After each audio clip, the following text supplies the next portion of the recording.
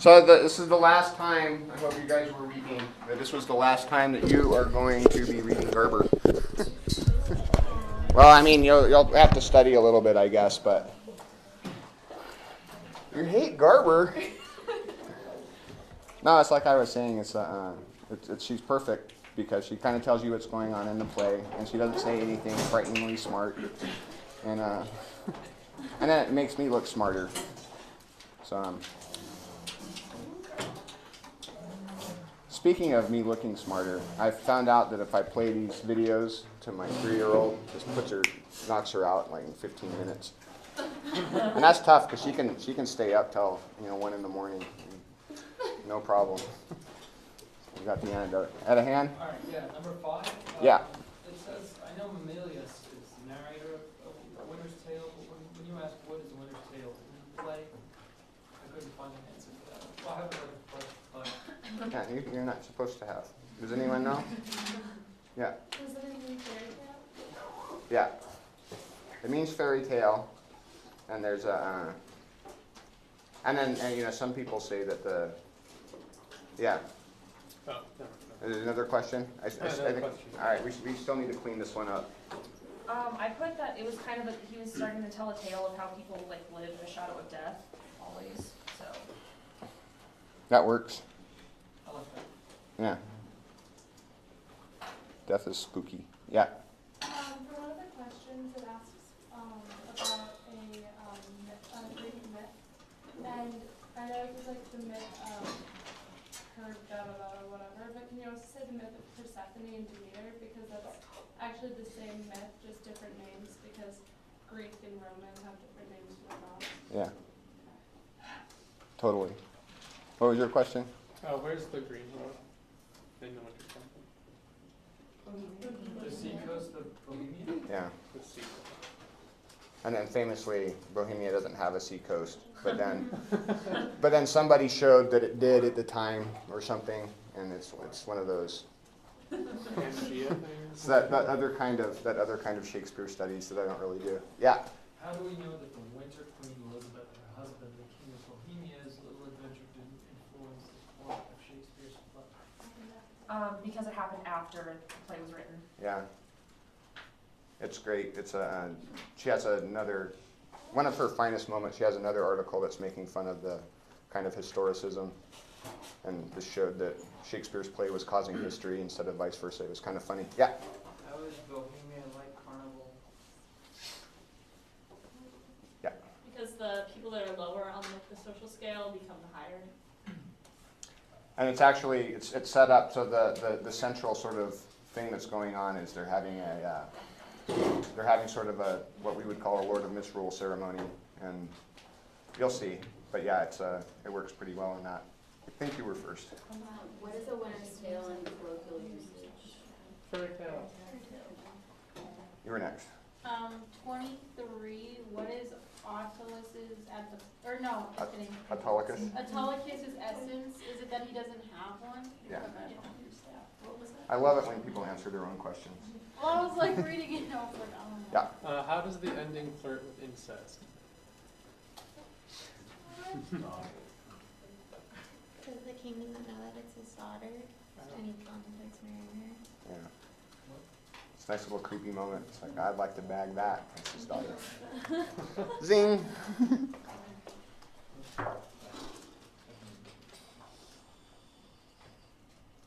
All right, and everybody knows what are the 2 myths I asked for? Pygmalion and Persephone. Can you explain this a little bit? Pygmalion is the one where a man creates a statue of ivory of a woman and he prays to Venus or Aphrodite to make her come alive. And It would be Venus. It was a Roman myth. There's not a Greek analog. Right. Well, that one. The other myth is Persephone eats a pomegranate seed while in hell in the underworld, and because of that, she's forced to stay there for a part of the year. And so he chooses it. Do you know how she wound up in the underworld to begin with? Yeah. Raped in the old sense. Pygmalion. And the weird thing about the Pygmalion myth is that, well, because you know, Venus makes the statue come alive because she's really into errant sexual behavior. So if you can find yourself in love with something weird, Venus will make it happen. And like there's no like irony. There's no like it doesn't end up turning out bad. It turns out great. They lived happily ever after. What does that teach the children? Yeah, it's what does that teach the children?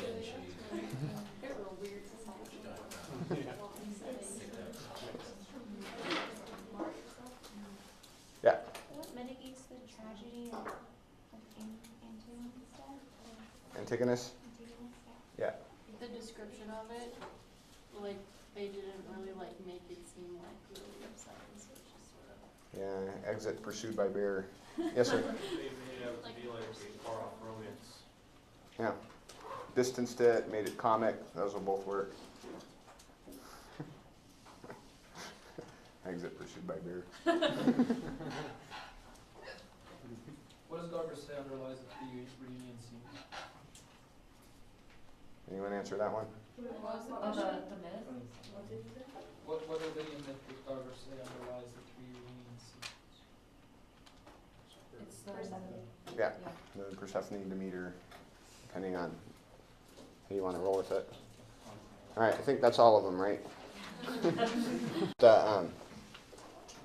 Actually cut out Lucio and Pompey and the whole mess. They try to make it a, you know, like a melodrama, I guess. Yeah. What I thought was very strange was he wasn't talking aside to her. He was literally saying it so that Angela could hear it. Like, yes, he's coming, I perceive it. Hear me. Yeah, you're coming. Like, I don't know, it was a little weird. Yeah, I actually I think they did a good job with it because I think they accentuate the incongruity of it, you know, because I mean he does do the same thing kind of performatively at the end, so it's and that's why the Duke gets so mad at him, you know, it's because he keeps turning the high melodrama into a comedy. He's like I like him. I think he's I mean he's annoying. But, so let's go to page 29.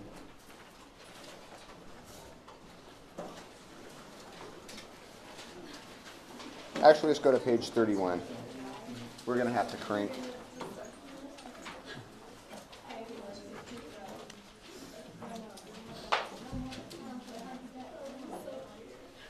So she starts off, and we saw it in the scene, she starts off really just kind of mumbly. Like, we couldn't really hear her. The Duke's just impatient. You know, it's like, come to it, you know. She starts off with these you know, this trite, punish the sin and not the sinner argument. And she doesn't even seem to buy it herself, you know. She's just kind of going through the motions. And then as Lucio points out, she's too cold. And then after Lucio sends her back, you know, because she's about to go, and Lucio sends her back, and then something kind of happens. And let's look at 49.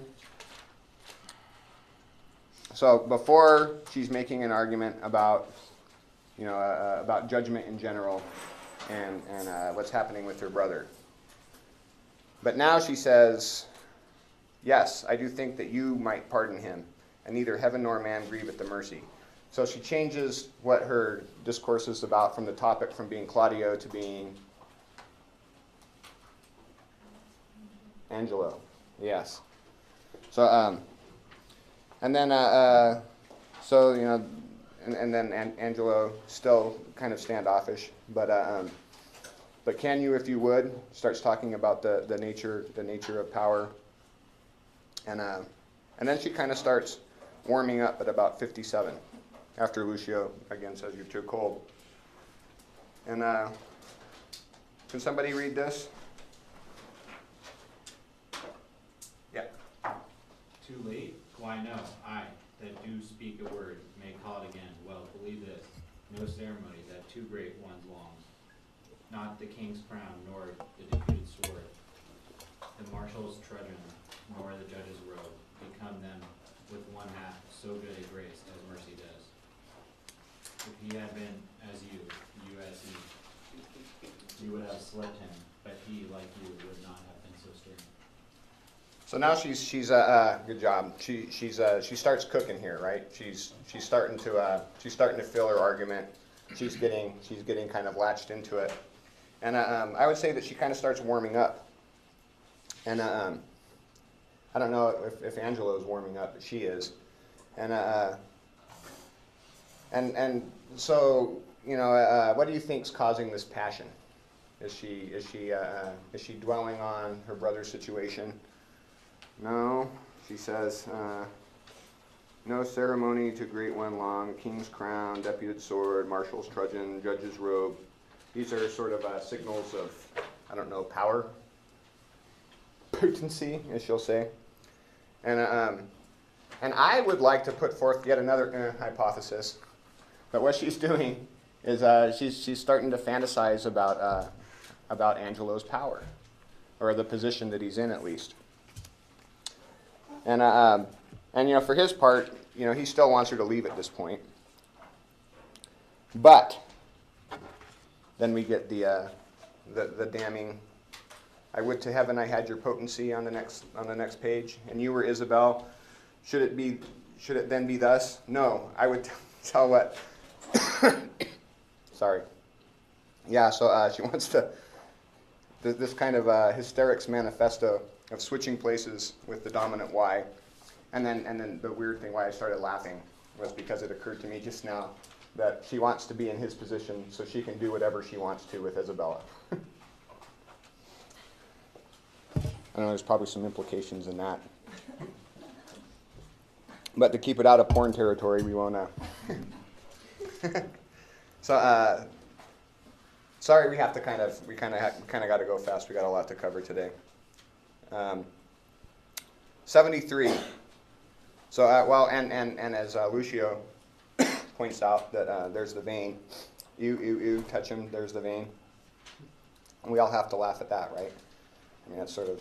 And why is he saying these dirty jokes to Isabel? I mean, is she like the? She doesn't really seem like that kind of girl. I mean, is that okay? Can't she just be saying it aside to the audience, maybe? He's just entertaining himself. Yeah.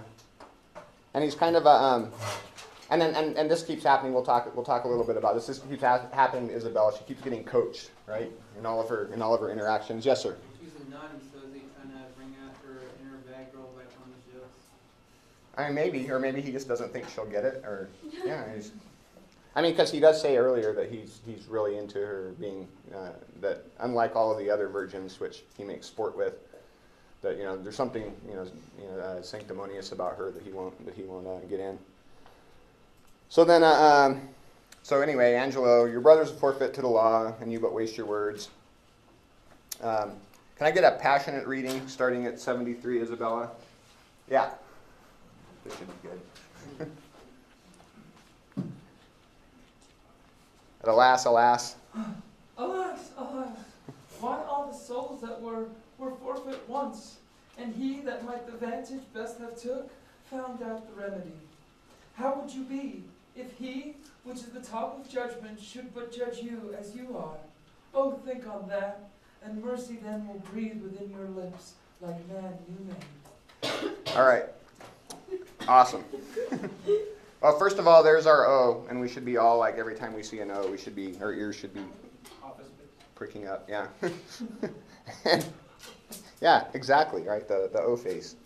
And but now she's imagining Angelo in the place of God, or vice versa, and she's even getting anatomical on that ass. Right. We'll breathe within your lips, like man made new. And yeah, I said anatomical on that ass. I'll say it again. But then after this, she kind of starts treating him like God.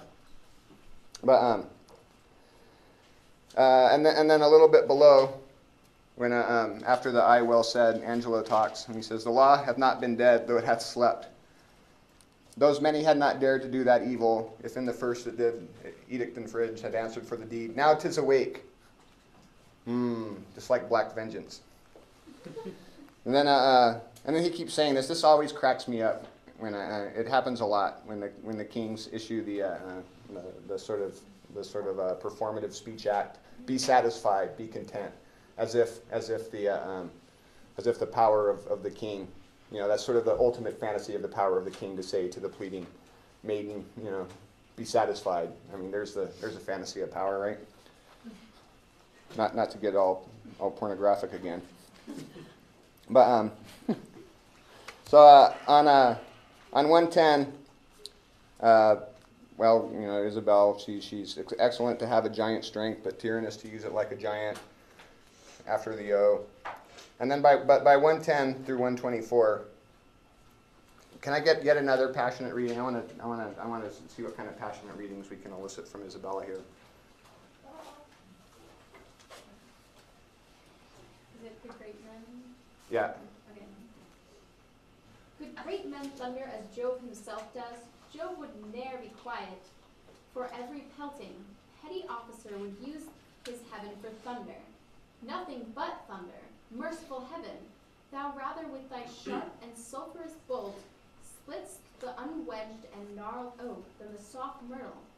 But man, proud man, darest create, play such fantastic tricks before high heaven as makes the angels weep, who with our spleens would all themselves laugh mortal. Thank you.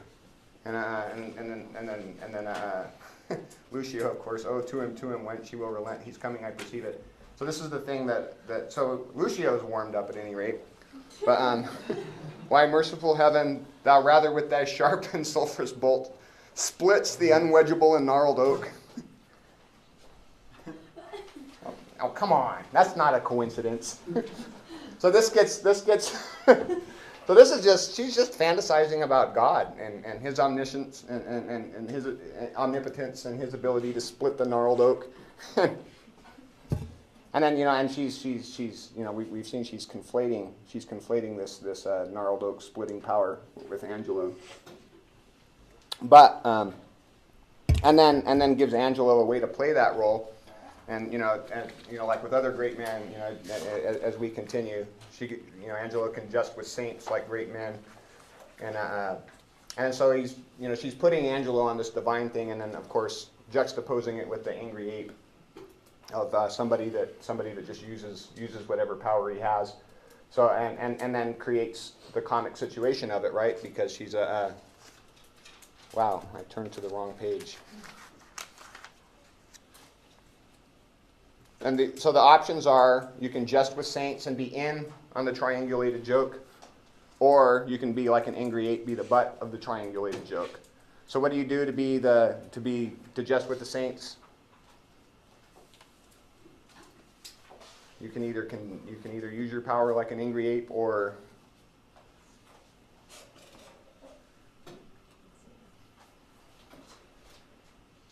not. Well said.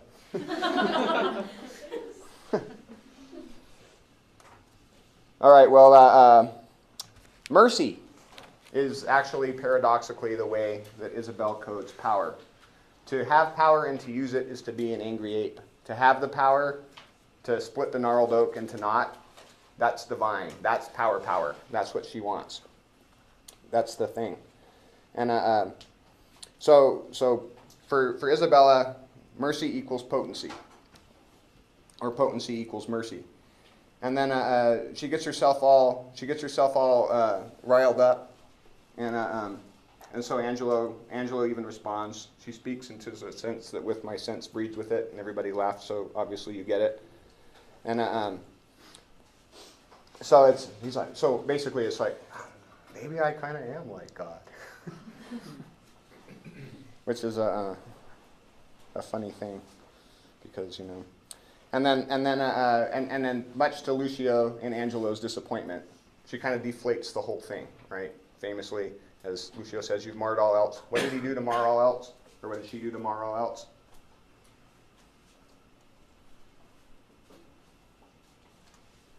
offers prayers. So she's obviously confused herself, and she thinks she's actually talking to God here, right? Because that's how she's going to bribe him.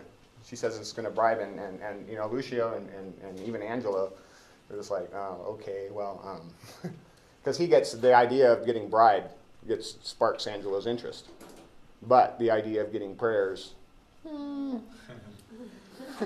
I think that maybe he had something else in mind. But anyway, she's got him completely confused with God. So it seems that Izzy warms before Angelo does.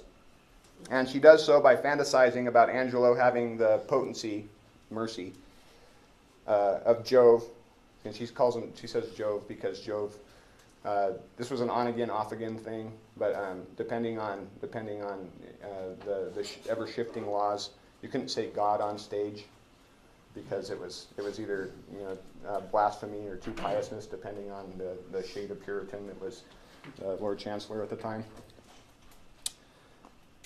And so I submit that what tempts Angelo is actually Isabella's arousal, or her fantasy about him, and his arousal responds to what he perceives as a cue of sexual interest. And he's not quite right. I mean, she is aroused, but it's not sexual interest per se, right? Okay. So they've replicated this study. Like guys famously overinterpret anytime like a girl smiles at them or doesn't throw something at them or doesn't tell them to F off. They think that it's a expression of sexual interest. Oh, guys. But dude, she didn't punch me. It's the same thing as propositioning.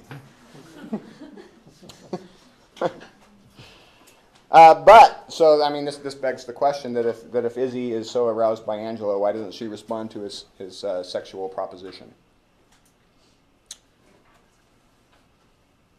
So I mean, there is you can't say that her fantasy of getting her gnarled oak split isn't sexual in a certain sort of way, right? I mean, there's something about it, as I keep going back to Saint Teresa getting pierced by Michael's golden shaft. I mean, there's something sexual to it, right? And I call this the hysterics paradox, right? And you should write down the hysterics paradox because it's a useful thing. So she's attracted to Angelo because of his imagined potency. But for Isabella, the signal of that potency is restraint or mercy, but not indulging in that potency, right?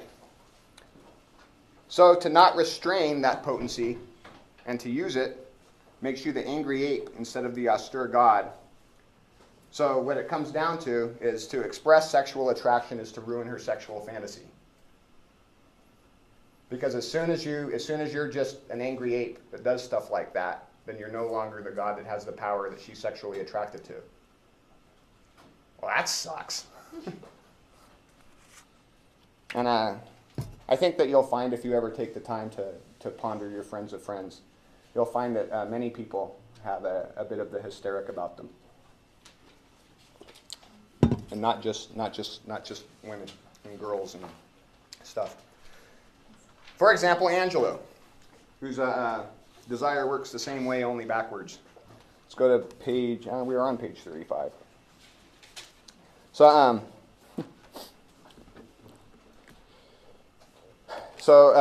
Isabella's erotics works to arouse desire and then forcibly restrain it. That's what she's doing within herself. But Angelo is also attracted to Izzy's impenetrability, because as he says, it is, maybe we should read this. Can I get an Angelo? All right. From the... at 162. It's a long one. From thee, even from thy virtue. What's this? What's this? Is this fear fault or mine? Is this her fault or mine? The tempter or the tempted? Who sins most? Ha, not she, nor doth she tempt. But it is I, that lying by the violet in the sun, do as the carrion does, not as the flower, corrupt with virtuous season. Can it be that modesty may more betray our sense than woman's lightness, having waste ground enough? Shall we desire to raise the sanctuary and pitch our evils there? Oh, fie. Okay, that's actually will do. So it's the idea of, thank you. It's the idea of, like modesty and purity is more arousing to Angelo than sexual availability. And we've talked about a number of reasons for this, but I think in this context we can kind of look at it as just sort of being very similar to the thing that that Isabella wants. But he's not, unlike Isabella, he's not into the whole restraint bondage trip. And he knows that to, as he puts it, raise the sanctuary would make her uninteresting after her sanctuary was raised. So again, we see the two different approaches to confronting desire. He doesn't want to desire her. He wants that gone. So to raise her sanctuary is to make her no longer the object of fascination, so he can get on with his life. But Isabel's the exact opposite, right? She wants to preserve that. She's like, no, don't screw it up. She wants her desire, and she wants kind of nothing to do with it, but she wants it to be intact. Okay, 39. So this is where she comes back, and this is I'm sorry, it's really hard not to laugh.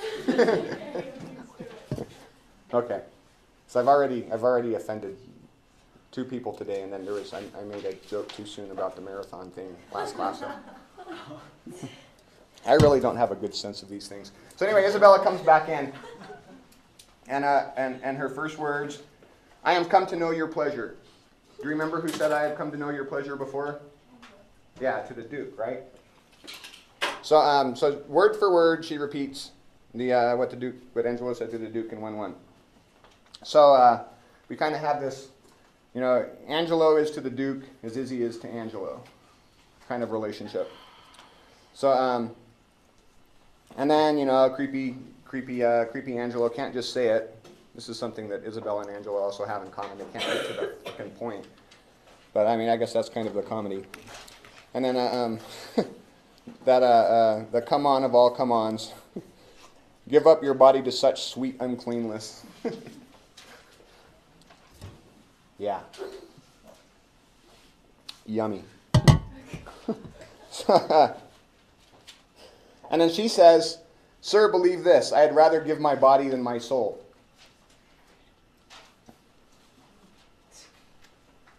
So if we're going to take that literally, which incidentally Angelo, who's no privy to the inside jokes going on around him, does not. But that's sort of,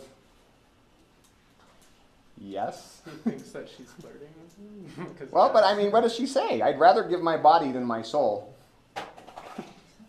So just if you take away the theological scaffolding, she's just like. Okay.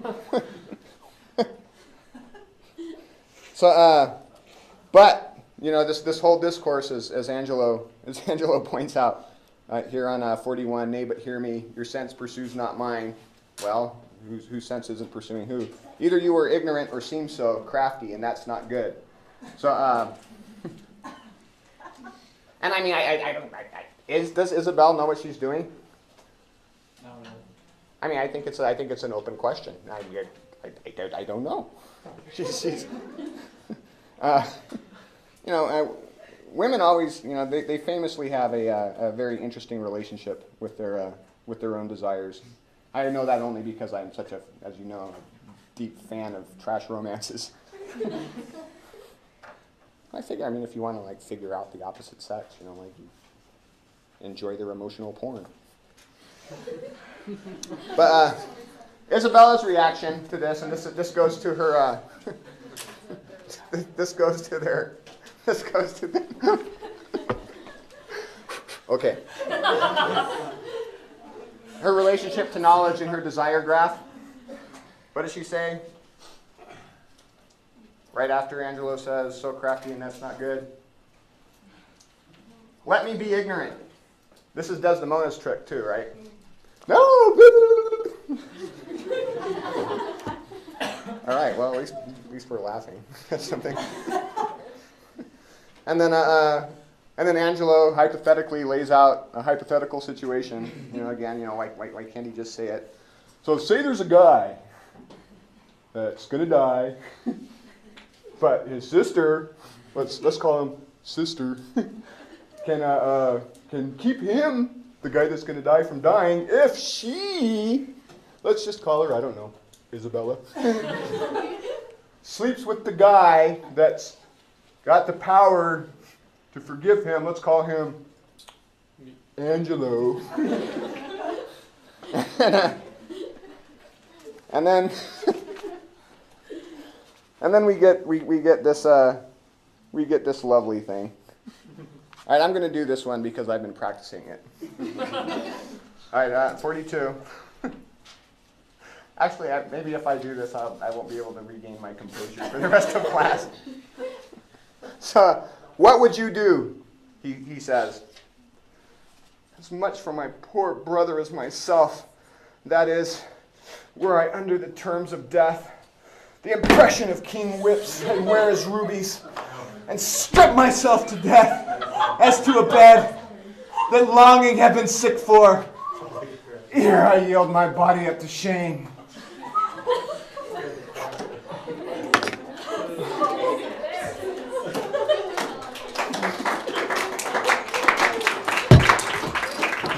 So, and then the key here, as I said, on the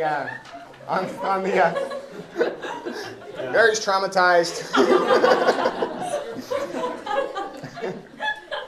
My favorite part of this is you have it recorded.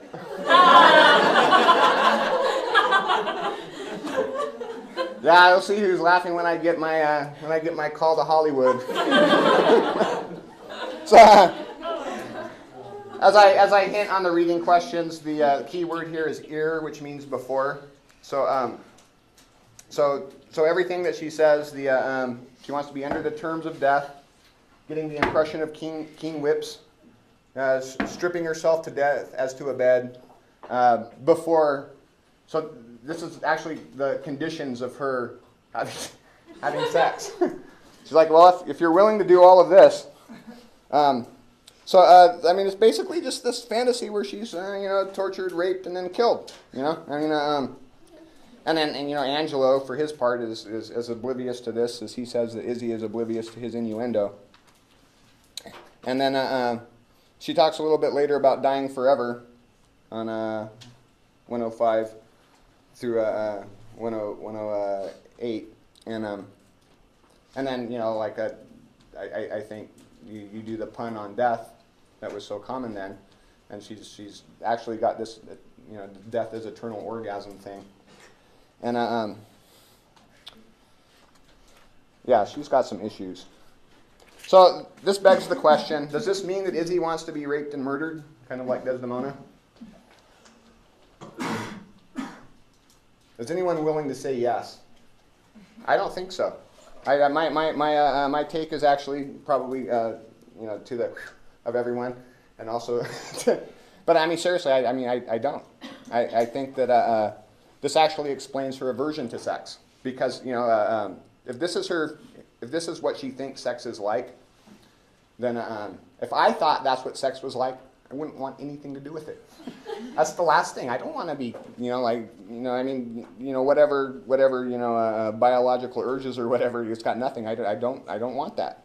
So it explains her restraint. I'd be perfectly happy dying a virgin if that's what sex entailed. There's a great Futurama on that, right? Has anyone seen that with Zoidberg, the lobster? They go to the planet for the big mating ritual, and then he can't score because he's an inferior male. But then so they go and have like this big sex party, but then afterwards they all die after they have sex, and so it turns out that he got to live. So they've got this decision on you reproduce or live, and then Fry, so I don't know what I would do. So and then the great "Believe me on my honor, my words express my purpose," which now let's back up a little bit, because this is good too. where Izzy, I, the glass, when Angela accuses women of being frail. And, oh, but even before that, this is really important. Oh, pardon me, my lord, it oft falls out, to have what we would have, we speak not what we mean. So, another little Desdemona, sort of a slip of admitting to duplicity, right? Which is not a good thing, or is it? They're all actors, so it's a good thing when you're acting, right? You're a really lousy actor if you only keep playing yourself. A la most of the big Hollywood actors. But I something do excuse a thing I hate for the advantage of, that I dearly love. So, well, I mean, maybe she is, maybe she's not. But this eagerly admitting to frailty, like eagerly, eyes the glasses where they view themselves, which were as easy broke as they make forms. Women, help heaven, men their creation mar and profiting by them. Nay, call us 10 times frail, for we are soft as our complexions are, and credulous to false prints. So this is obviously kind of a tender spot for her. Her frailty is something that she dwells on. Like she's a poor critter. And we're just going to have to keep going because we're running out of time. God, this always happens. Only on the interesting class. The boring ones, anyway. That's not really important. 144 plus. Or 145 plus. I know your virtue has a license in it, which seems a little fouler than it is to pluck. So she doesn't want to believe that this is really happening. And I argue it's to preserve her fantasy Angelo, which Angelo's declaration, believe me on my honor, my words express my purpose. And then, ha! So that's the laughter of she's now laughing at the angry apes, right? Angelo's no longer God. Angelo's the angry ape, and she's laughing, jesting with the saints, with the ha. And she will no longer harbor any conscious or unconscious fantasies about Angelo. He's failed. He's fallen. So we go on the next page.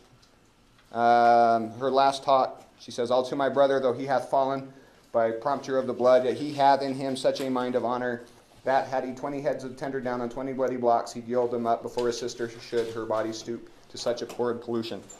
Well, now she switches this impossible guy fantasy to her brother, who she expects would die 20 times to preserve her virginity. So, with the hysterics thing, is somebody's got to be the capital F father. So it wasn't Angelo, so now she's going to Claudio. Let's go to 47.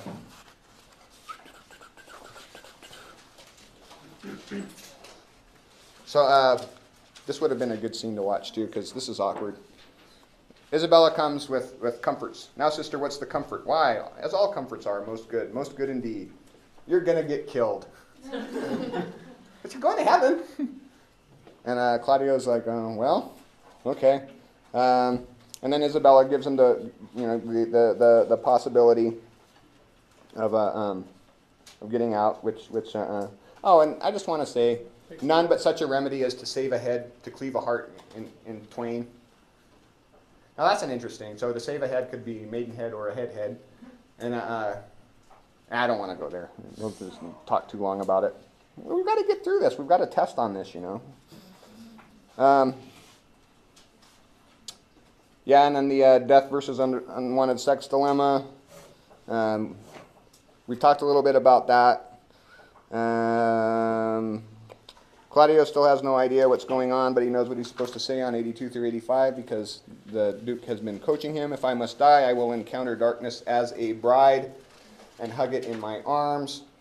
So there's a possible little rape entendre there too, right? Because he could be grasping death as if it were his bride or as if he were the bride. So it's kind of like getting raped by death, which you could do an interesting thing with if you wanted to.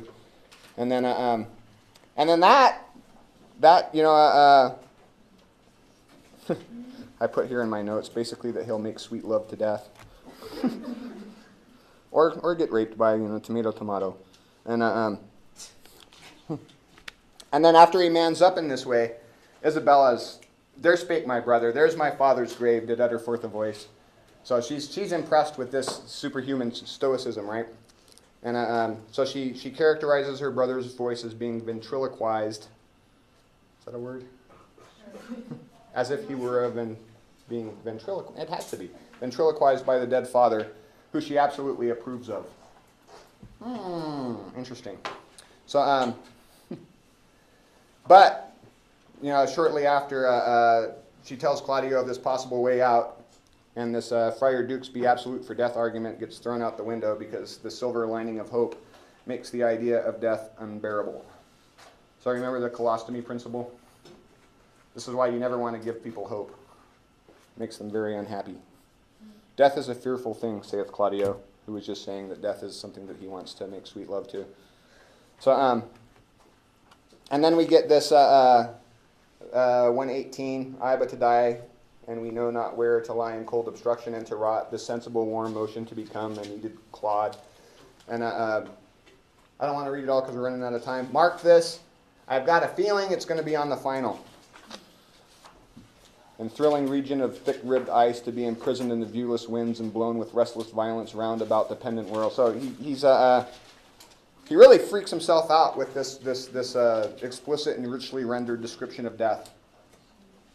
I mean, he's all scared, and Isabel, alas, alas, and then he falls. Sweet sister, let me live. What sin you do to save a brother's life? Nature dispenses with the deed so far that it becomes a virtue. Can I have Isabella? Passionate now. Oh, you beast. That wasn't me, man. Oh, you beast! Oh, faithless coward! Oh, dishonest wretch! Wilt thou be made a man out of my vice?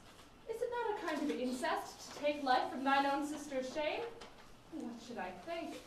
Heaven shield my mother, played my father fair, for such a warped slip of wilderness ne'er issued from his blood. Take my defiance. Die. Perish. Might but my bending down reprieve thee from thy fate, it should proceed. How pray 1,000 prayers for thy death, no word to save thee. Thank you. So, that was wonderful. This neighbor brother dilemma. That's question number 1. So, I think it's kind of boring. Question number 2 is, I think, the more interesting one. Is it reasonable to expect Claudio not to ask? To at least throw it out there under these circumstances. Yeah, I mean, I don't think we can actually claim either way whether or not Izzy's doing the right thing. I mean, critics have famously or historically split on this issue.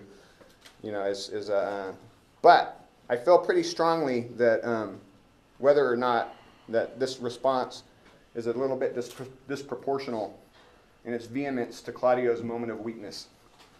And this kind of incest thing, now what's the logic of the kind of incest thing? Her rigidity is going towards him, to benefit him. Yeah. So she takes to be made a man, literally, as in to be given life, whereas in the colloquial term, then is now to be made a man is that sexual experience is a kind of social right that supposedly turns a boy into a man. So as a boy is made a man through the shame vice of the prostitute or prostitute substitute, then Claudio would my mom would be proud of that. And Claudio would supposedly be made a man through the prostitution of his sister.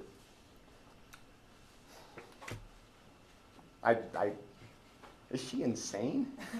So something like that Shylock that you guys haven't read about that you probably will encounter the play at some point in your life. He also does the Jew of the Merchant of Venice. Is all about the law, and the idea is that mercy is supposed to supplement the law, and that was supposed to be what Jesus did to the. But anywho, so taking things too literally is something that's sort of frowned upon by the culture or whatever that means. Never mind. Anytime I say frowned upon by the culture, just mentally slap me. What a stupid thing to say. As if a culture could frown. That's just lazy thinking. That's all that is. But the invocation of the father here, and Claudio fails the measure to the father of the ideal dead dad, kind of like Othello. Anyway, like Othello, her faith in everything is dependent on the faithfulness of somebody else. Right? Her whole world picture falls apart when Claudio fails her. You know, just like Othello. You know, she's like, oh my gosh, he cheated on me. I'm gonna lose my job. Who I am. Hysterical. So like Angelo, Claudio fails. So we get this Izzy's fantasy chain of failed dominant wives. So first of all, I was her father. I always call him Dad. So how did Dad fail her? He died. He died. And then God, through the nunnery, you know, he wanted to Wasn't strict enough. wasn't strict enough. Angelo, he had the potency, he had the thing, but He was a monkey. angry ape. And then Claudio, who had the capital offense nerve that she's going to pray for him to die and never to be spared because he did scare to death. That's fair. La la la la la. So yeah. So none of her Y candidates are superhuman. Death, lust, and fear gets the better of everyone. And then we talked about that she never has any idea of her own, never acts on her own volition. She performs according to a series of directors that give her scenarios, if not scripts. And who are the three directors? Well said. Lucio, and then the bed trick thing. Vincent, Yeah, Vincentio, and the last one, Mariana. So as we know from our hysteric triangle, she's a good hysteric. She doesn't have the faintest clue what she wants, let alone how to get it, and she's just willing to listen to anyone with an idea. Hey, we might make it okay. So let's get this thing out of the way.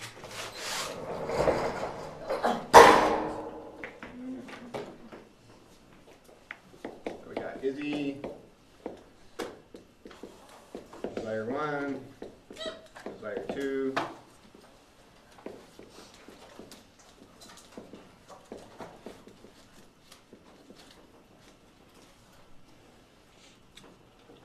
All right. So Desire 1 I have Daddy. You. Desire 2, restraint from fulfilling that desire.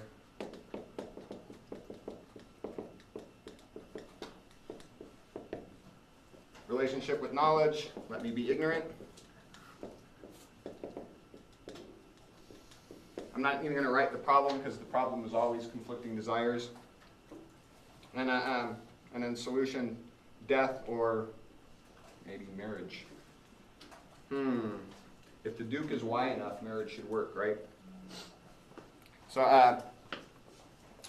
what does the Duke do to kind of to make himself Y enough? All right. So he gets real mystiphilistical and deep and dark and engineering behind the scenes, kind of making himself. But he also orchestrates a particular relationship that Isabella has to him. So first, he makes her declare herself a whore in front of everyone, right? So if I'm a Christian, what's one of the first steps I've got to do or an alcoholic? What's the first thing I have to do? Yeah, I have to admit I have a problem. I am a sinner. I am a sinner before the Lord. We are all sinners. I'm Paul. I've sinned more than the rest of you bastards combined. And that's why Jesus loves me. So and then makes her perform her eagerness to turn the other cheek with the humiliation / of publicly defending her assailant, Angela. And then he he evokes his absolute potency, and then demonstrates he has the ability to just off with their heads. But then what does he do? Yeah, he forgives everybody, and we remember now. What's Isabella's fantasy of power? Yeah. So whoa, that would probably do it, right? So basically, Vincentio makes Izzy do everything she would have to do to get into heaven. And if that's good enough to fulfill her idea of why, I mean, he even speaks through the friar like God would, right? And so the big famous question with Measure for Measure, how do we read her famous silence? Well, I ask this. Have we seen her acquiesce? Think small acquiesces. Think like agreeing to Lucio Duke Mariana. Yeah, how does she acquiesce? Does she say, "I'll do it"? No, she just does it, right? On the other hand, have we seen her refuse? Now, that's a little bit different, right? She doesn't just, "Oh, okay, well," no. No, it's the end of the world. It's cataclysm. I can't believe you did this. How dare you ask me to save your life? So, what do you think that not saying anything would be more in line with what Izzy's doing here at this point? Yeah, I would think that's how I would direct it. I think that there's no way about it. She would just silently get married, just like she performed for everybody, because she's the happy hysteric place of catering to the desire. Okay. So just a few last things. Is it a comedy? Ends with marriage. So we need a descent into the green world or Lord of Misrule. We have that, right? A miracle to save the day. Remember how a true comedy needs a miracle to save the day. What's the miracle that saves the day?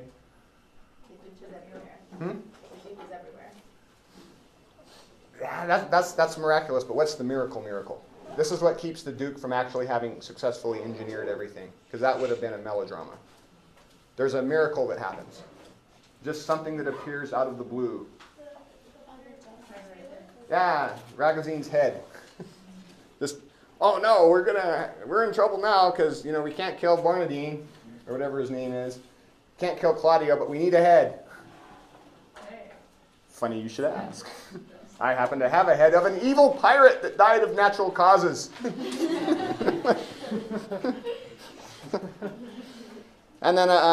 And then, of course, it's tending toward, again, I don't want to say tragedy, I want to say melodrama. It's tending toward melodrama at the end because it's going toward a happy ending. But frickin' Lucio keeps making penis jokes, right? And so it's really hard to keep, and man, this just infuriates the dude. I love him. So I think it's kind of the reverse of Macbeth. It's Macbeth's kind of a problem tragedy that's haunted by farce. And this is a problem melodrama haunted by farce. Well, and a problem comedy that's haunted by tragedy. And it's I think it's a good play. Do we like it? Yeah. My favorite, so. Yeah, it's pretty. It's a hoot. And so we've got now. I can't believe we got through the lecture. Yay, Daniel. Yeah. So Winter's Tale, which is happens to be my favorite Shakespeare play. A lot of old Shakespeareans. I'm not an old Shakespearean just yet, but it's kind of like a fairy tale. So some people think that it's dumb, but it's not. It's really good. And it's not. It's totally not. So yeah, have a nice weekend.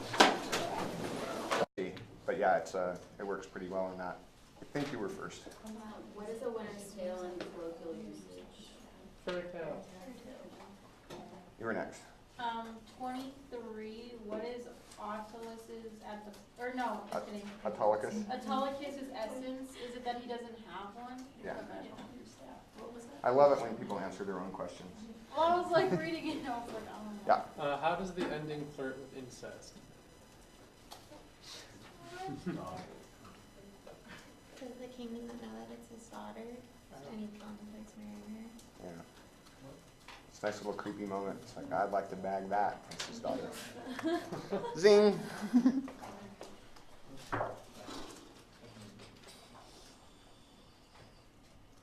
All right, and everybody knows what are the two myths I asked for?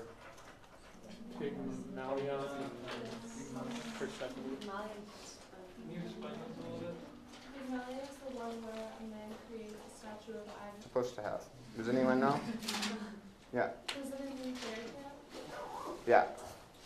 It means fairy tale, and there's a, and then some people say that yeah. Oh, no. Is there another question? I think. question. All right, we still need to clean this one up. I put that it was kind of he was starting to tell a tale of how people like live in a shadow of death, always, so. That works. I like that. Yeah.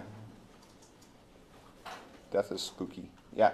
For one of the questions, it asks about a Greek myth, and I know it's like the myth of her da-da-da or whatever, but can you also say the myth of Persephone and Demeter, because that's actually the same myth, just different names, because Greek and Roman have different names for their gods. Yeah. Totally. What was your question? Where's the green one in the winter time? The seacoast of Bohemia? So this is the last time, I hope you guys were reading, that this was the last time that you are going to be reading Gerber. Well, I mean, you'll have to study a little bit, I guess, but you hate Gerber. No, it's like I was saying, she's perfect because she kind of tells you what's going on in the play, and she doesn't say anything frighteningly smart, and then it makes me look smarter. So, speaking of me looking smarter, I found out that if I play these videos to my 3-year-old, just knocks her out like in 15 minutes. And that's tough because she can stay up till 1 in the morning, no problem. We got the antidote. At a hand? All right, yeah, number 5. Yeah. It says, I know Mamilius is the narrator of A Winter's Tale, but when you ask what is A Winter's Tale in the play, I couldn't find an answer for that. Well, I have another question, but You're not, yeah. Let's see. And then famously, Bohemia doesn't have a seacoast, but then somebody showed that it did at the time or something, and it's one of those. Pangea things? So that other kind of Shakespeare studies that I don't really do. Yeah. how do we know that the Winter Queen Elizabeth and her husband, the King of Bohemia's little adventure didn't influence the plot of Shakespeare's play? Because it happened after the play was written. Yeah. It's great. She has one of her finest moments. She has another article that's making fun of the kind of historicism, and this showed that Shakespeare's play was causing history instead of vice versa. It was kind of funny. Yeah. How is Bohemia like Carnival? Yeah. Because the people that are lower on the social scale become the higher. And it's actually it's set up so the central sort of thing that's going on is they're having sort of what we would call a Lord of Misrule ceremony, and you'll see. Of a woman and prays to Venus or Aphrodite to make her come alive. And It would be Venus. It was a Roman myth. There's not a Greek analog. Well, that one.